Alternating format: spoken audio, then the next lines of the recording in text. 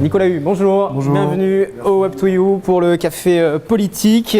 Vous avez 45 ans, élu au Clé-sous-Bois dans l'opposition également au conseil d'agglomération de Saint-Quentin en Yvelines. Adhérent au Parti Socialiste, encore aujourd'hui ou pas? On va tout de suite commencer par ça. Eh bien, vous vous situez où au PS? Aujourd'hui, non, je ne suis plus adhérent au Parti Socialiste. J'ai rejoint le mouvement Génération.s, monté par Benoît Hamon il y a quelques semaines, officiellement de cela au Mans, et puis de manière plus formelle il y a déjà quelques temps via le M1717 qui était son ancêtre encore il y a peu. Donc voilà, non, j'ai rejoint ce mouvement parce qu'il me semblait aujourd'hui important d'être dans une continuité, notamment par rapport politique, par rapport à l'élection présidentielle qui pour moi a été déclencheuse d'énormément de rencontres et de choses nouvelles en termes d'accompagnement d'un projet politique, et il me semblait nécessaire de continuer dans cette voie et auprès de Benoît Hamon. Pour vous aujourd'hui le Parti Socialiste est mort finalement? Non, je ne dis pas ça, non, je pense que tout parti a ses moments de haut, ses moments de bas. Je n'espère pas en tout cas que le Parti Socialiste soit mort. J'espère précisément plutôt qu'il puisse se reconstituer une force en tout cas assez massive de gauche, avec l'ensemble des partis qui composent cette grande nébuleuse aujourd'hui de gauche, pour pouvoir justement nous mener à terme vers le retour au pouvoir, et ce de manière concertée avec l'ensemble de nos partenaires à gauche. L'avenir de la gauche, c'est Benoît Hamon. Pour moi aujourd'hui, oui. Pour moi aujourd'hui, oui. Alors, et attention, enfin, quand on dit Benoît Hamon, ce n'est pas Benoît Hamon en tant que tel, c'est toutes les idées et tout le projet qu'il a défendu lors de la présidentielle, que nous étions nombreux à défendre autour de lui. Moi, si je suis rentré en politique, précisément, c'est pour anticiper tout ce que l'avenir nous réserve et non pas gérer les crises.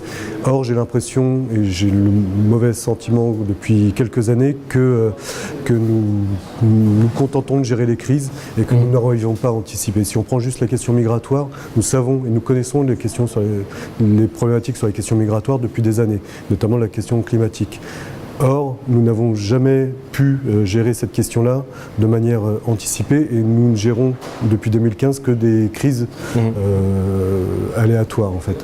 Et moi, il me semble aujourd'hui qu'il est important d'avoir une anticipation comme nous l'avons proposé lors de l'élection présidentielle, que Benoît Hamon défend et continuera de défendre avec le mouvement Génération.s dans les mois et les années à venir. Aujourd'hui, vous défendez ces idées, néanmoins, toujours dans l'opposition, que ce soit dans votre commune, que ce soit à l'agglomération. Est-ce que cette place dans l'opposition, vous arrivez à vous y faire et à y trouver vos marques et à influer quelque part sur les choix des décisions qui sont prises? C'est pas une position évidente. Non, c'est pas une position évidente. Malheureusement, c'est toujours un petit peu frustrant d'être dans l'opposition, que ce soit au sein de ma commune ou au sein de l'agglomération, parce qu'évidemment nous aurions énormément de projets différents à amener avec mes collègues dans l'opposition. Cependant, ça nous permet aussi de nous construire et de construire un projet alternatif en constatant précisément ce qui peut aller et ce qui ne va pas aussi évidemment, et tout cela évidemment à la rencontre des citoyens, parce que la position que nous avons dans l'opposition nous permet aussi de rencontrer assez régulièrement des citoyens qui viennent vers nous pour nous proposer aussi des projets alternatifs à ce qui est proposé aujourd'hui par ou la commune ou l'agglomération, et qui nous permettent aussi d'enrichir nos idées et nos éventuels projets pour d'éventuelles échéances électorales futures. Des combats électoraux, vous en avez mené plusieurs, vous avez perdu. Ça n'entame en rien votre motivation, votre détermination? Non, pas du tout. Non, pas du tout, parce que si j'ai perdu, évidemment, on rappelle, je ne vais pas forcément rappeler les contextes à chaque fois, mais nous sommes quand même dans un département difficile. La départementale, pardon. Maintenant départementale, oui. En 2015 était assez complexe, puisque nous étions à mi-mandat du président de la République de l'époque. Donc évidemment, les élections de mi-mandat sont toujours compliquées, que ce soit les élections municipales de 2014 ou les élections départementales à la suite. Pour les élections législatives, c'était c'était encore plus compliqué. Avec une vague qui a suivi l'élection présidentielle. Parce qu'évidemment, la mobilisation des électeurs ne s'est pas faite de manière espérée, notamment déjà en termes de participation. Et puis évidemment, la prime au président élu a été évidente sur cette élection-là. Donc non, je n'ai pas forcément mal vécu. En tout cas, elle n'entache pas ma détermination et mes décisions futures. Ou en tout cas ma décision de rejoindre Génération.s. Mais c'est vrai que ça forge, en tout cas, ça forge un caractère, et puis on sait aussi à un moment donné qu'il faut être très affirmé sur ses positions pour pouvoir continuer à avancer. Et ces positions, cet engagement à gauche, vous l'avez toujours eu? À quel moment ça s'est révélé, vous avez décidé de franchir le pas de l'engagement en politique? Je l'ai toujours eu, en fait. J'ai toujours eu au sein de ma ville déjà un engagement citoyen, puisque dès très jeune, j'ai participé à l'élaboration d'actions culturelles associatives. Donc ça, j'ai commencé dès ma période de jeune adulte, disons. Et puis petit à petit, je me suis intéressé évidemment de plus en plus à l'action locale, l'action citoyenne. Je suis rentré évidemment en politique par le biais de l'action locale. Et donc avec toujours ces convictions de gauche, je suis issu d'une famille traditionnellement de gauche. Et mon engagement au sein du Parti socialiste, lui, a été plus formel et formalisé il y a maintenant une petite vingtaine d'années. Et c'était une époque pour moi qui, pour le coup, ressemblait quelque peu à ce que nous vivions là au moment de la présidentielle autour de Benoît Hamon, puisque c'est quand même une époque aux alentours des années 97-2000 où énormément de projets et de politiques publiques en matière de solidarité ont été amenés. Je rappelle la 35 heures, je rappelle les CMU, etc.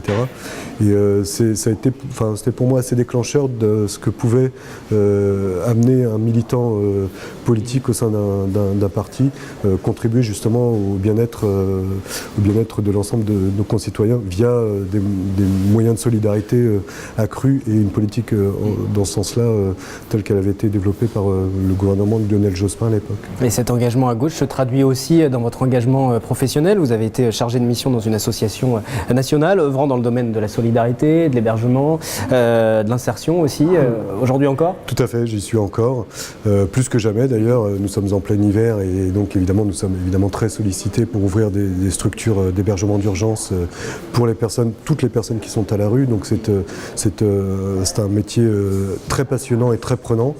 Et nous sommes aussi évidemment très mobilisés sur la question migratoire, sur les politiques de migration. Et je vous avouerai qu'aujourd'hui, les politiques qui sont menées par le gouvernement actuel, à l'égard des personnes que l'on appelle migrants, mais que nous préférons appeler exilés, ou évidemment en direction des personnes à la rue, avec toute cette politique en matière d'hébergement d'urgence très précaire, ne nous rassure pas sur justement l'avenir de certaines personnes qui aujourd'hui vivent des situations de précarité très compliquées. Et je ne suis pas sûr qu'aujourd'hui il faille trier au sein de la pauvreté entre les bons pauvres et les mauvais pauvres. Et cet engagement professionnel et politique qui doit beaucoup empiéter sur votre vie personnelle, votre famille le vit plutôt bien? Ma famille le vit plutôt bien, j'ai des personnes très compréhensives autour de moi. Après, il s'agit juste de trouver aussi un petit peu de temps à consacrer à sa famille, mais ça c'est des choses qui se gèrent assez tranquillement à partir du moment où les personnes autour de soi sont bienveillantes à l'égard de l'engagement qui est le mien et qui est un engagement assez emblématique, donc du coup c'est aussi important. Un dernier point que j'aimerais aborder avec vous, c'est cet engagement sur la ville des Clés-sous-Bois. Vous avez toujours résidé au Clés-sous-Bois. C'est une ville que vous connaissez bien. Quasi. J'ai eu quelques trous, mais ça n'a pas été forcément des trous de longue importance sur mon absence au Clés-sous-Bois. Je suis clésien depuis quasi plus de 35-40 ans maintenant. C'est un engagement de longue haleine. C'est une ville que je connais dans ses moindres recoins. Et aujourd'hui, certaines positions du maire actuel, certaines positions de la majorité actuelle ne me sied guère, dans le sens où je pense que nous sommes en train de déséquilibrer ce qui faisait l'harmonie de la ville jusqu'ici, c'est-à-dire d'avoir une population mixte. Et nous sommes aujourd'hui en train de réduire cette mixité, notamment en raison des projets urbanistiques qui sont développés, qui aujourd'hui sont plutôt source de déséquilibre que de rééquilibrage. J'en veux juste pour exemple le fait que nous sommes cités pour la première fois depuis l'application de la loi SRU sur le logement social et sur les obligations de construction. Ouais. Tout à fait, c'est la première fois que la ville d'Éclès-sous-Bois est citée comme une ville carencée. Carencée, ça veut dire aujourd'hui qu'elle ne réalise pas ses objectifs en matière de logement social. Et lorsque l'on sait que 70% des Français sont éligibles au logement social et que nous sommes l'Éclès-sous-Bois dans la moyenne nationale, là il y a réellement un gap qui est assez important et qui ne permet pas aujourd'hui aux Clésiens qui voudraient vivre un parcours résidentiel au sein de la commune de le vivre de manière sereine et sont obligés de s'éloigner, ce qui aujourd'hui perturbe bon nombre de personnes et qui perturbe aussi le développement de la commune. Un nouvel engagement pour ravir la municipalité, ça ne vous fait pas peur? Vous y pensez déjà? J'y pense, alors pas forcément tout le temps en me rasant, parce que aujourd'hui ça va, mais je ne me rase pas tout le temps.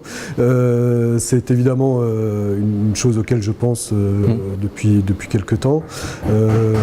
J'en discute avec mes amis de l'opposition, j'en discute avec mes amis partenaires de gauche au sein de la commune, et plus évidemment, puisque une ville comme l'Éclès-sous-Bois, ce n'est pas simplement un mouvement politique, mais c'est aussi un mouvement avant tout citoyen qui doit émerger et qui doit amener les propositions pour la conduire et pour développer un projet. Donc c'est des choses évidemment auxquelles je pense, mais je vous avouerai que nous sommes en 2018, 2020 est encore un peu loin. Et si en espérant que les élections ne soient pas reportées, nous sommes sur une échéance qui est encore pas forcément dans les têtes et dans la structuration très forte en matière électorale. Une dernière question, 7 et 8 avril, ce sera la date du congrès du Parti Socialiste. Vous allez le suivre avec attention, ce congrès? Ah oui, tout à fait, oui, bien sûr. Je suivrai avec attention ce qu'il en ressortira. J'espère simplement que l'ensemble de mes amis et camarades, anciens camarades qui seront restés au sein du Parti Socialiste ne seront pas déçus à l'issue de celui-ci et de l'inflexion qui sera donnée ou non au sein de ce parti à l'issue de ce congrès. Merci Nicolas Hu, élu de Saint-Quentin-en-Yvelines et d'Éclès-sous-Bois. Merci.